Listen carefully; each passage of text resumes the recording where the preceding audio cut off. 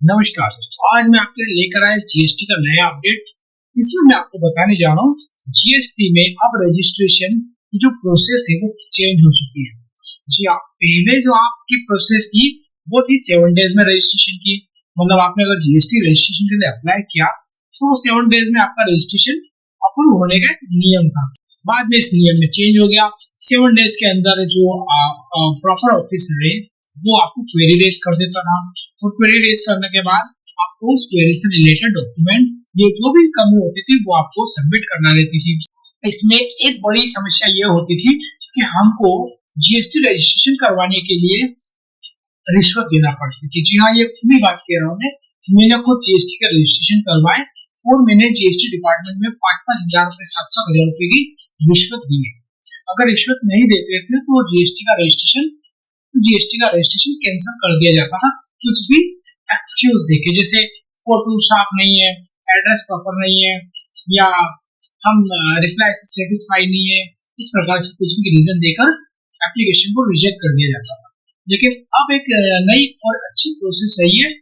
माननीय वित्त मंत्री, फाइनेंस मिनिस्टर सीतारमण जी ने एक अनाउंसमेंट किया है और ये क्लियर कहा है कि अब जो जीएसटी रजिस्ट्रेशन की प्रोसेस होगी वो होगी केवल 3 डेज की।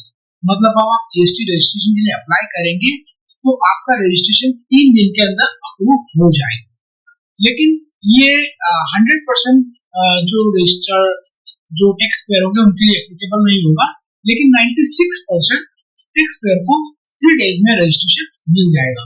तो जो हाई रिस्क बिजनेस होंगे उनके लिए 3 डेज की जो प्रोसेस होगी वो अप्रूव नहीं होगी। हाई रिस्क मतलब जैसे बिजनेस का जो प्लेस है वो खुद का ना होना, रेंट का होना।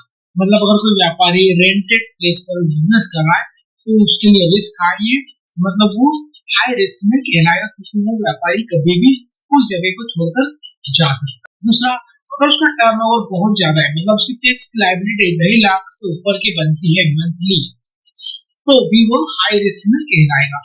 मतलब छोटे छोटे जो व्यापारी होंगे उनके लिए ये प्रोसेस, ये उनके लिए जो नया रूल है उनके लिए लागू होगा।